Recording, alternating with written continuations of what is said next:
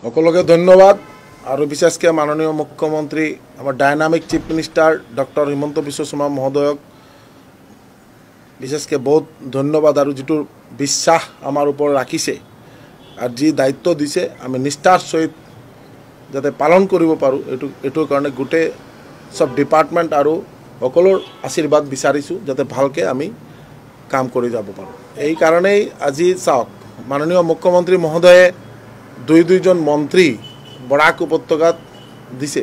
এইটো এটা ঐতিহাসিক সিদ্ধান্ত আৰু বিশেষকৈ বৰাক উপত্যকাৰ ডেভেলপমেণ্টৰ কাৰণে যেনেকুৱা মানে আপোনাৰ দেখিছে যে বৰাক ভেলী ডেভেলপমেণ্ট ডিপাৰ্টমেণ্ট এটা মন্ত্ৰণালয় এইটো এটা ডাঙৰ সিদ্ধান্ত।